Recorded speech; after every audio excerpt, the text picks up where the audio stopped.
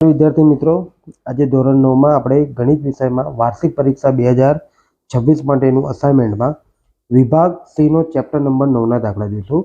હવે મિત્રો, અહીંયા ચેપ્ટર નંબર 9 ના દાખલામાં આપણી જોડે પહેલો દાખલો છે કે કીધું છે કે આરતી, બોબી, ચારબી અને દર્શન એક રમત રમે. આ ચાર છોકરા એક રમત રમી રહ્યા છે. તેઓ વર્તુળાકાર પથ પર ક્રમિક અલગ અલગ સ્થાન પર ઊભા છે. આ એક વર્તુળાકાર પથ છે. એમાં એ ફોર આરતી, બી ફોર બોબી, સી ફોર ચારમી અને ડી દર્શન. આ ચારના નામના પહેલા અક્ષર લીધા છે, એટલે ABCD લીધું છે. હવે કીધું છે કે આરતી અને ચારમી એક દોરી પકડીને ઊભા છે. તો અહીંયાથી આ એક દોરી પકડીને આરતી અને ચારમી પકડીને ઊભા છે. ત્યાર પછી દર્શન ને બોબી આ પણ એક દોરી પકડીને ઊભા છે. બરોબર. બંને દોરી એકબીજાને જ્યાં છેદે ત્યાં બનતા ખૂણા પૈકી એક ગુરુકોણનું માપ 130 છે. હવે મિત્રો, અહીંયા જે બંને દોરી જ્યાં છેદે ત્યાં ટોટલ 4 ખૂણા પડે છે. બરોબર. હવે એમાં આપણને ગુરુકોણનું માપ આપી દીધું છે. કેટલું આપ્યું છે? 130. હવે શક્ય છે કે કદાચ આ પણ 130 હોઈ શકે, આ પણ 130 હોઈ શકે, કાં તો આ બી 130 હોઈ શકે, કાં તો આ બી 130 હોય. આપણને ખાલી એક કહી દીધું છે. હવે શું કીધું છે કે આરતી, ચારમી અને દર્શન વચ્ચે બનતા ખૂણાનું માપ. મતલબ આરતી, ચારમી અને દર્શન જે આ ખૂણો બને છે એનું માપ કેટલું છે? 20 અંશ છે. તો આપણે અહીંયા દોરીએ. બનતો જે ખૂણો છે આ કેટલા અંશનો છે? 20 અંશનો છે. ત્યાર પછી શું કીધું છે? તો બોબી, આરતી અને ચારમી વચ્ચે બનતા ખૂણાનું માપ શોધો. બોબી, આરતી અને ચારમી એટલે કે આ જે ખૂણો અહીંયાથી આ બને છે, તો આ ખૂણાનું માપ શોધો એ આપણને કીધું છે. તો આપણે જોઈએ, અહીંયા એ જ ખૂણો દોરી દઈએ. તો કે આ ખૂણો શોધવાનો છે આપણને. બરોબર. હાલમાં આ ખૂણો શોધવાનો કીધો છે આપણને આ આકૃતિ પ્રમાણે. તો ખૂણાનું માપ શોધો. હવે મિત્રો જુઓ, અહીંયા સૌપ્રથમ તો આપણે શરૂઆત ક્યાંથી કરશું? તો કે જો આ બંને ખૂણા છે, કયા? ABD અને ACD બંને એક જ વૃત્તખંડમાં આવેલા ખૂણા છે. તો બંને ખૂણા કેવા થાય? સરખા થાય. ચલો તો લખીએ આપણે. ખૂણો ABD બરાબર ખૂણો ACD એક જ વૃત્તખંડના ખૂણા હોવાથી બંને ખૂણા કેવા હતા? સરખા. માટે ABD બરાબર ખૂણો ACD બંનેનું માપ કેટલું થાય? 20 થાય. ક્લિયર? કારણમાં લખવું હોય તો કારણ લખો પક્ષ મુજબ ખૂણો ACD બરાબર કેટલું માપ છે? 20 હોવાથી. ક્લિયર મિત્રો? હવે દેખો, આ AC અને BD દોરી છે એટલે બંને રેખા થઈ. હવે બે રેખાઓનું છેદબિંદુનું નામ આપણે અહીંયા આપી દઈએ P. બરોબર. બંને રેખાઓ બે રેખાઓથી છેદબિંદુથી બનતા શું છે? અભિકોણ છે. એટલે કે ખૂણો APD અને ખૂણો BPC બંનેના માપ કેટલા થાય? 130 થાય. ક્લિયર? બીજું, BD રેખા છે અને એની પર AP કિરણ હોવાથી આ બંને કેવા બને? રેખિક જોડનો ખૂણો બને. તો લખીએ આપણે.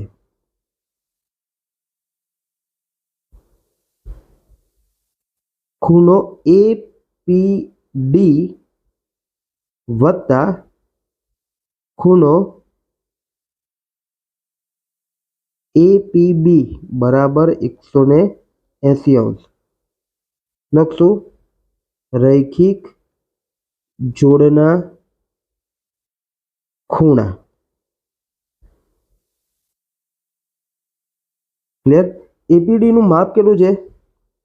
130 અંશ વત્તા APB બરાબર 180 અંશ. માટે ખૂણો APB બરાબર 180 માઇનસ 130 એટલે ખૂણો APB નું માપ કેટલું મળ્યું?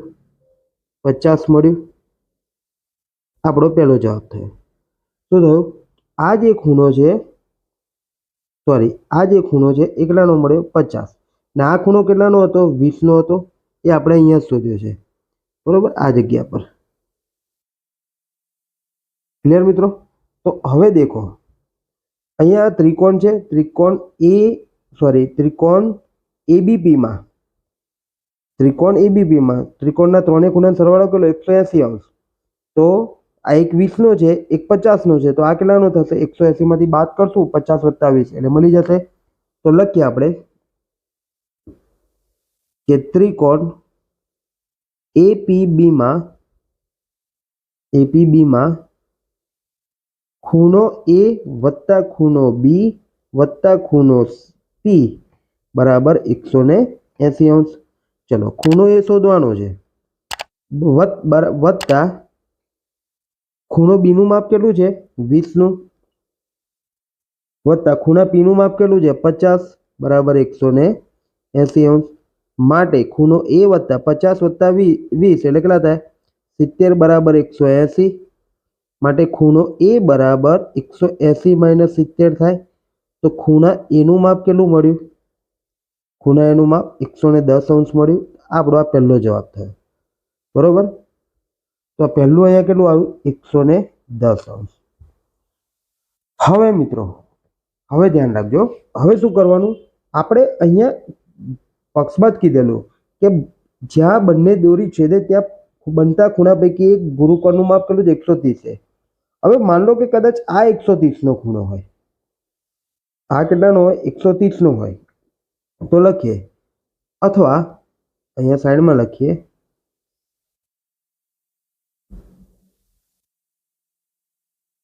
ધારો કે ખૂણો એપીબી બરાબર 130 અંશ હોય. ધારો કે, અને અહીંયા આપણે શરૂઆતમાં લખીએ કે ધારો કે ખૂણો એપીડી 130 અંશ હોય.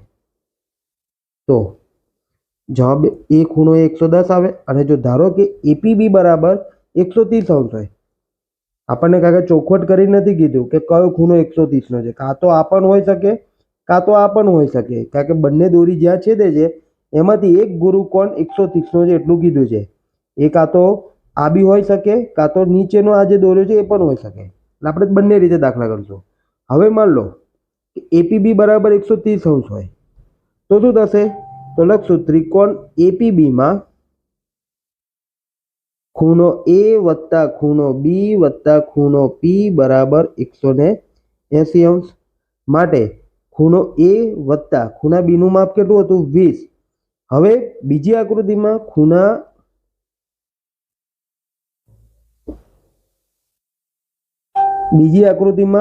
માપ કેટલું થશે? આપણે એકવાર પહેલા જૂના માપ ભૂસી દઈએ. તો અહીંયા લખીએ, આ કેટલું હતું? 130. તો આ કેટલું થાય? 50 થાય. હવે ખૂણો બી બરાબર કેટલો છે? 20. ખૂણો પી કેટલો હતો? હવે 130 બરાબર 180. ખૂણો એ વત્તા 120 વત્તા 130 એટલે 150 બરાબર 180 અંશ. ખૂણો એ બરાબર 180 - 150. માટે ખૂણો એનું માપ કેટલું મળે? 30 અંશ પણ મળે. ક્લિયર? તો એકવાર કેટલું મળ્યું? જો કદાચ ગુરુકોણ એપીડી હોય તો 110 અંશ મળે. અને જો ગુરુકોણ એપીબી હોય તો કેટલું મળે? 30 મળે. તો લખશું કે અહીંયા, તો આપણે લખીએ અહીંયા કે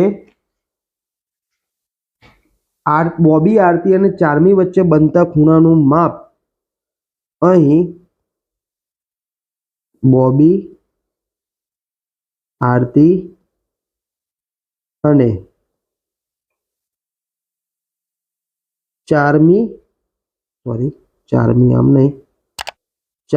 વચ્ચે બનતા ખૂણાનું માપ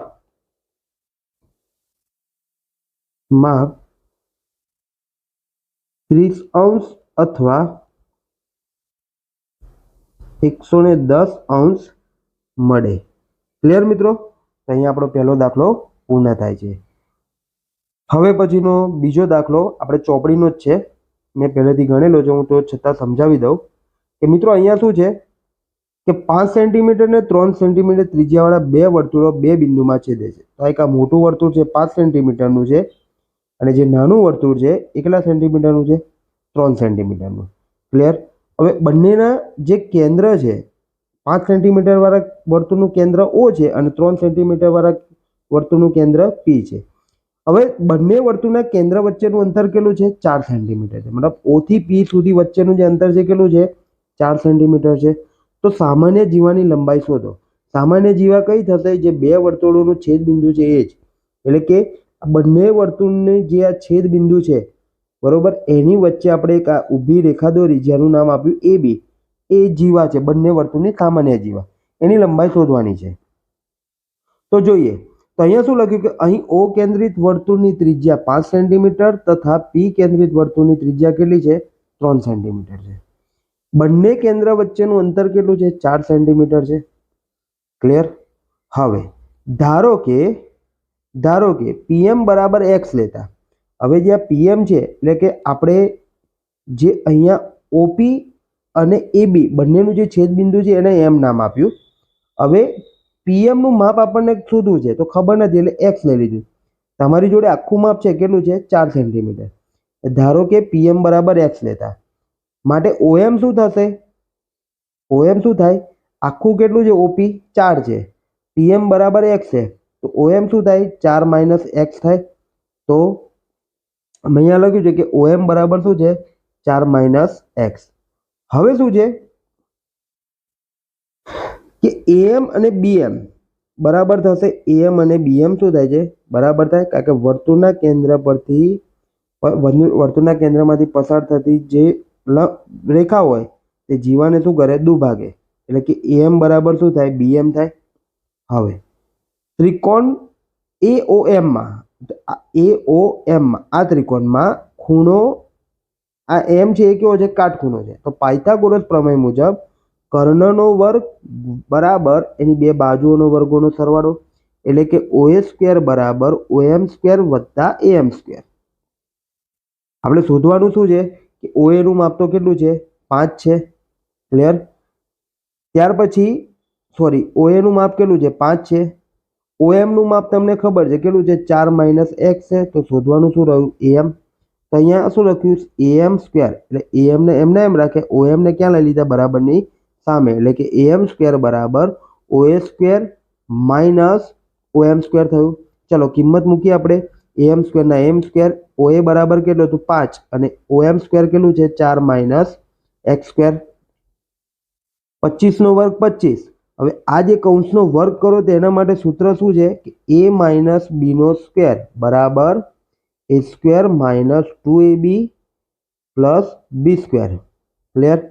તો AM² બરાબર 25. ચલો પહેલા 4 નો વર્ગ 2 ગુણ્યા પહેલું બીજું પદ વત્તા બીજા પદનો વર્ગ. 4 નો વર્ગ 16, 4 દુ 8x, એટલે અહીંયા 8x મૂક્યા અને x² નો x². કૌંસની બહાર માઇનસની નિશાની છે એટલે કૌંસ દૂર કરીએ તો +16 plus minus minus minus minus minus minus શું થઈ જાય? પ્લસ, અને માઇનસ પ્લસ માઇનસ. 25 માંથી 16 જાય તો 9 રહે. 8x ના 8x અને x² માઇનસ ના x². આને આપણે આપીશું 1 નંબર.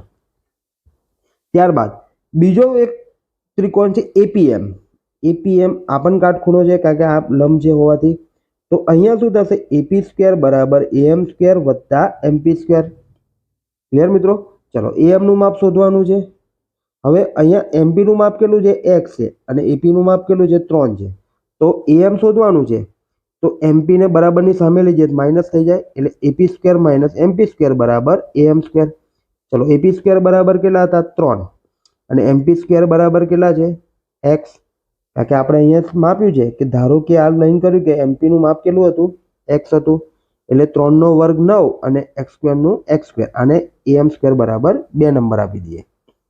હવે બંને સમીકરણને સરખાઈએ. AM² સરખા છે તો 9 વત્તા 8x માઇનસ x² અને 9 ઓછા x² બંને સરખા થશે. ક્લિયર? તો હવે બંનેને સરખાયા તો અહીંયાથી 9 જશે, 9 જશે, x² જાય, x² જાય. 8x બરાબર શું મળ્યું? 0 મળ્યું. હવે 8 ને બરાબરની સામે લાવો 8ને બરાબરની સામે લાવો તો એક્સની કિંમત શું મળે? 0/8 અને 0ને કોઈ બી સંખ્યા વડે ભાગો, જવાબ શું આવે? 8ને 0ના ભાગમાં 8 હોય એટલે 0 જ થાય. હવે જે આ એક્સની કિંમત મળી છે x બરાબર 0 એ આપણે સમીકરણ 2માં મૂકીએ. તો સમીકરણ 2માં મૂકીએ તો am ની કિંમત મળે. તો અહીંયા દેખો 9 - 0નો વર્ગ એટલે 0 થાય. માટે શું થશે? 9 - 0 એટલે કે 9 મળે. તો અહીંયા એ જ કર્યું છે. am² બરાબર 9 - x².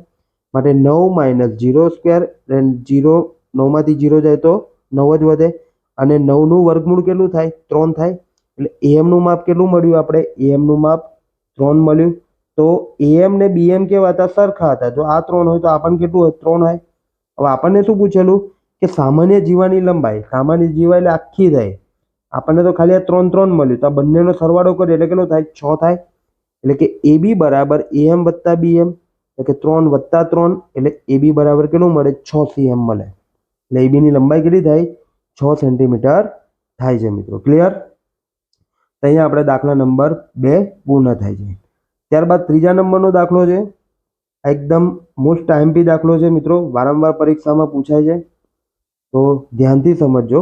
અને અહીંયા આપણને કીધું છે કે એક વસાહતમાં 20 મીટર ત્રિજ્યાવાળું એક વર્તુળાકાર વિહાર સ્થાન આવેલું છે.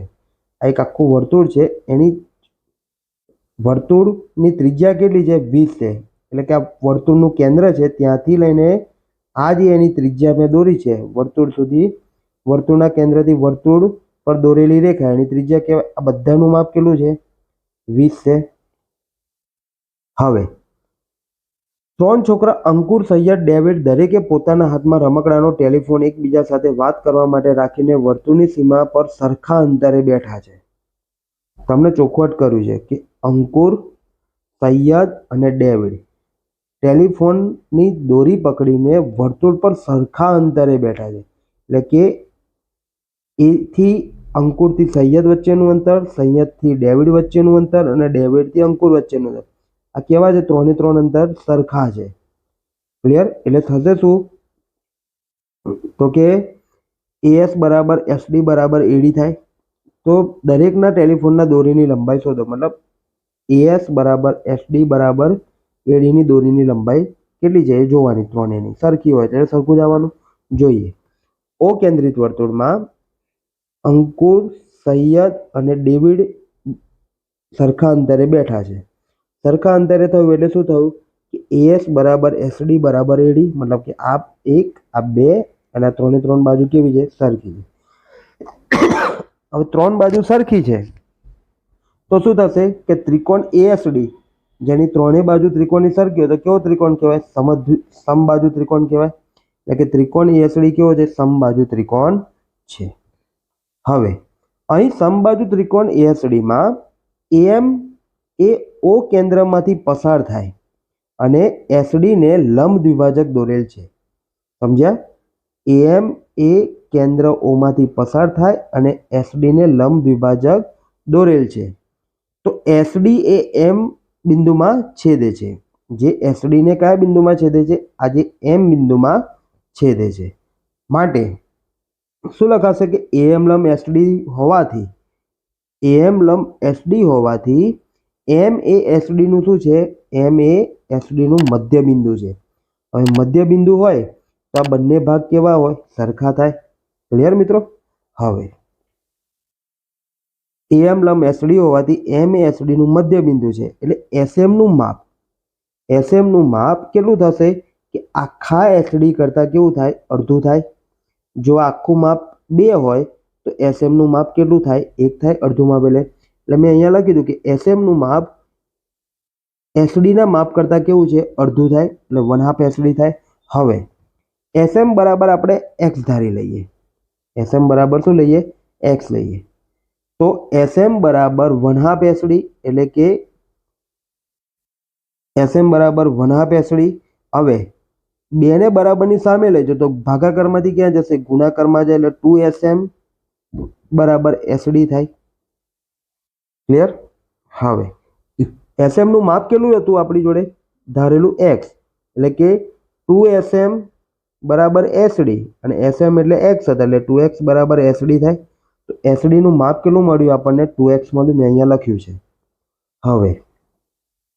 હવે અહીંયા ધ્યાનથી જુઓ મિત્રો, ત્રિકોણ એએસડી એની એક બાજુ મને મળી ગઈ છે, કેટલી મળી છે? 2x મળી છે. હવે મારે આનું ક્ષેત્રફળ શોધવું તો મળી જાય.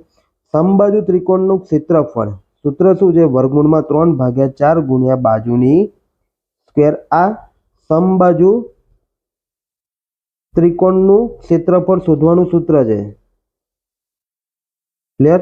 તો સમબાજુ ત્રિકોણ એએસડી નું ક્ષેત્રફળ બરાબર વર્ગમૂળમાં 3/4 ગુણ્યા બાજુનો સ્ક્વેર. વર્ગમૂળમાં 3/4, ચલો બાજુ કેટલી હતી? 2x, એટલે 2x નો સ્ક્વેર, એટલે કે વર્ગમૂળમાં 3/4 ગુણ્યા 4 ગુણ્યા x સ્ક્વેર. આ 4 અને આ 4 જાય તો વધ્યું શું? વર્ગમૂળમાં 3 અને x સ્ક્વેર વધ્યો. તો ત્રિકોણ એએસડી નું ક્ષેત્રફળ કેટલું મળ્યું? વર્ગમૂળમાં 3x સ્ક્વેર મળ્યો. અને આપણે 1 નંબર આપીએ. ત્યારબાદ બીજું જોઈએ કે ત્રિકોણ ઓએમએસમાં. હવે ઓએમએસ એટલે કહ્યું કે આ જે ત્રિકોણ છે તેની વાત કરીએ. એમાં આ જે ખૂણો છે કેટલાનો છે? 90 નો છે. કેમ? કારણ કે એમ એ એસડી ને કેવું હતું? લંબ છે. માટે પાયથાગોરસ પ્રમેય મુજબ OS સ્ક્વેર બરાબર OM સ્ક્વેર વત્તા SM સ્ક્વેર. ક્લિયર? હવે અહીંયા મૂકીએ આપણે કે OM સ્ક્વેરનું માપ શોધવાનું છે. આ વચ્ચેનું માપ OM સ્ક્વેરનું માપ શોધવાનું છે. એટલે SM સ્ક્વેરને શું કરીશ? બરાબરની સામે લઈ જશે એટલે માઇનસ થાય. એટલે શું થશે? OM સ્ક્વેર બરાબર OS square minus SM square. ચલો OS નું માપ કેટલું હતું? 20, એટલે કે 20 નો વર્ગ, અને SM બરાબર આપણે શું ધારેલું? x, એટલે કે 20 નો વર્ગ 400 અને x નો વર્ગ x સ્ક્વેર. માટે OM કેટલું મળશે? બંને બાજુથી વર્ગ દૂર કરીએ એટલે અહીંયા ટોપી ચડી જાય એટલે 4 વર્ગમૂળમાં 400 માઇનસ x સ્ક્વેર થાય. ક્લિયર મિત્રો? ચલો એટલે તમને OM નું માપ મળી ગયું. કેટલું મળ્યું? વર્ગમૂળમાં 400 ઓછા x સ્ક્વેર. હવે ત્રિકોણ OSD નું ક્ષેત્રફળ. હવે આ જે ત્રિકોણ છે એનું ક્ષેત્રફળ હવે કેમ શોધ્યું? આ શોધવાનું કારણ શું હતું? OMS નું માપ શોધવાનું કારણ શું? મારે પાયો હતો મારી જોડે પણ વેધનું માપ નહોતું, એટલા માટે.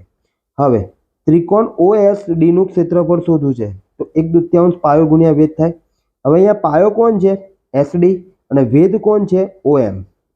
હવે બંનેના માપ છે. SD નું માપ કેટલું છે? 2x, અને OM નું માપ કેટલું મળ્યું? તો અહીંયા જ મળ્યું છે મને. ક્લિયર? હવે બંને કિંમતો મૂકી દઈએ તો 1/2 SD એટલે કે 2x અને OM એટલે કે વર્ગમૂળમાં 400 માઇનસ x સ્ક્વેર. ચલો આ બે જશે એટલે વધ્યું શું? તો કે x ગુણ્યા વર્ગમૂળમાં 400 માઇનસ x સ્ક્વેર વધ્યા. તો આપણે અહીંયા લખીને એને 2 નંબર આપ્યો. ક્લિયર? તો હવે શું હતું? OSD નું માપ મળી ગયું આપણને. હવે દેખો મિત્રો કે અહીંયા શું હતું કે આ એક છે આ રીતે, બરોબર. હવે એની બધી ત્રિજ્યાનું માપ કેવું છે? સરખું છે. મતલબ આ બે બાજુઓ સરખી, આ બે બાજુઓ સરખી આ ત્રિકોણમાં, પછી આ ત્રિકોણમાં આ બે બાજુ સરખી, આ ત્રિકોણમાં આ બે બાજુ સરખી. આ થયું બે બાજુ બધી ત્રિજ્યાઓ સરખી. ત્રીજું, આ બહારની જે બાજુ છે બધી કેવી છે? 2x 2x, મતલબ 20 metre 20 metre 2x, 20 metre 20 metre 2x, 20 metre 20 metre 2x. એટલે 3 ત્રિકોણ કેવા થયા? આ પહેલો ત્રિકોણ, આ બીજો ત્રિકોણ અને આ નીચેનો ત્રીજો ત્રિકોણ. 3 ત્રિકોણ કેવા થાય? એકરૂપ થયા. તો આપણે લખશું અહીં ત્રિકોણ OSD એટલે કે આયો ત્રિકોણ, ત્રિકોણ OAS એટલે કે આ ત્રિકોણ, અને ત્રિકોણ ODA એટલે કે આ ત્રિકોણ. 3 ત્રિકોણ કેવા છે? એકરૂપ છે. અને હવે એકરૂપ ત્રિકોણ હોય તેના ક્ષેત્રફળ પણ કેવા? એકરૂપ હોય. એટલે કે 3 ત્રિકોણનો ક્ષેત્રફળ કેવા છે? સરખા છે. હવે મિત્રો અહીંયા 3 ત્રિકોણના ક્ષેત્રફળ તમે ભેગા કરો, 3 ત્રિકોણના ક્ષેત્રફળ ભેગા કરો એટલે કોનું ક્ષેત્રફળ થાય? ત્રિકોણ ASD નું ક્ષેત્રફળ થાય. અથવા તો મારે લખવું હોય ત્રિકોણ ASD નું ક્ષેત્રફળ બરાબર OSD નું ક્ષેત્રફળ વત્તા OAS નું ક્ષેત્રફળ વત્તા ODA નું ક્ષેત્રફળ. ક્લિયર? આ મેં એ રીતે અહીંયા દર્શાવ્યું છે. ચલો હવે 3 ત્રિકોણ એકરૂપ છે એટલે મેં શું લખી દીધું? 3 ત્રિકોણના નામ આપી દીધા મેં ત્રિકોણ OSD. તો 3 ત્રિકોણ એટલે કે ત્રિકોણ OSD નું ક્ષેત્રફળ. માટે ASD નું ક્ષેત્રફળ આપણે ઉપર શોધેલું પરિણામ 1 માં કેટલું મળ્યું? વર્ગમૂળમાં 3x નો સ્ક્વેર.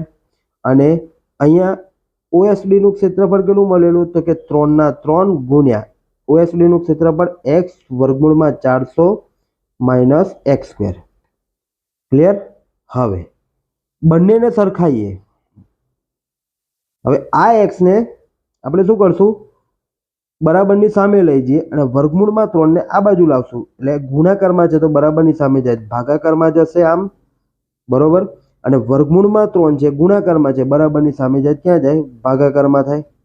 તો x નો સ્ક્વેર ભાગ્યા x બરાબર 3 વર્ગમૂળમાં 400 માઇનસ એક્સ સ્ક્વેર ભાગ્યા વર્ગમૂળમાં 3. આ રીતે પદ થશે. ચલો, એક્સ સ્ક્વેર એટલે x ગુણ્યા x થાય. એક એક્સ ગયો એટલે વધ્યું શું? x વધ્યું. હવે વર્ગમૂળમાં 3 છે તો શું થશે? 3 બરાબર શું કહેવાય કે 2 વાર વર્ગમૂળમાં 3 આ રીતે થાય. એટલે કે વર્ગમૂળમાં 3 ભાગ્યા 3 કરું તો વર્ગમૂળમાં 3 જવાબ મળે. તો અહીંયા વર્ગમૂળમાં 3 લખ્યું અને આ જે પદ જેમ છે તેમનું તેમ. છેદ ઉડાડતા. હવે અહીંયા બંને બાજુ વર્ગ લઉં, બંને બાજુ વર્ગ કરી દઉં એટલે શું થશે? એક્સ નો વર્ગ બરાબર આખા કૌંસનો વર્ગ થાય. ચલો, વર્ગમૂળમાં 3 નો વર્ગ 3 અને આખા પદનું વર્ગમૂળ કરવું એટલે શું થશે? 400 માઇનસ એક્સ સ્ક્વેર થાય. ચલો, ગુણાકાર કરીએ. 4 તારી 1200 માઇનસ 3 ગુણ્યા એક્સ સ્ક્વેર એટલે 3x સ્ક્વેર. તો માઇનસ 3x સ્ક્વેર ને બરાબરની સામે લઈ જાઓ તો x સ્ક્વેર વત્તા 3x સ્ક્વેર બરાબર 1200. બંનેનો સરવાળો કરીએ એટલે કેટલો થાય?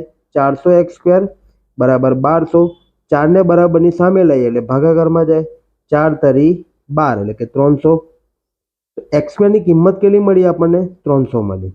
માટે આને મારે લખવું હોય 300 ને તો કે 100 ગુણ્યા 300 લખાય. ક્લિયર? બંને બાજુથી વર્ગ દૂર કરીએ તો 100 નું વર્ગમૂળ 10 થાય અને 3 નું વર્ગમૂળ વર્ગમૂળમાં 3 થાય. એટલે x ની કિંમત કેટલી મળી મને? આટલી. આ s ની કિંમત કેટલી મળી? 10 વર્ગમૂળમાં 3 મળી. ક્લિયર? હવે આપણે શરૂઆતમાં જ એક લખેલું કે SD નું માપ કેટલું હતું? તો કે SD નું માપ હતું 2sm જેટલું. બરોબર? SD નું માપ શું હતું? 2x હતું. તો SD બરાબર 2x મીટર એટલે 2 ગુણ્યા 10 વર્ગમૂળમાં 3, કારણ કે x ની કિંમત કેટલી હતી? 10 વર્ગમૂળમાં 3 એટલે 10 દુ 20 વર્ગમૂળમાં 3 મીટર થાય. તો દરેક ટેલિફોનના દોરીની લંબાઈ કેટલી છે? 20 વર્ગમૂળમાં 3 મીટર થાય છે. ક્લિયર મિત્રો? એક આ રીતથી ગણી શકાય દાખલો. તો મિત્રો અહીંયા આપણો ત્રીજો દાખલો પૂર્ણ થાય છે. આભાર મિત્રો.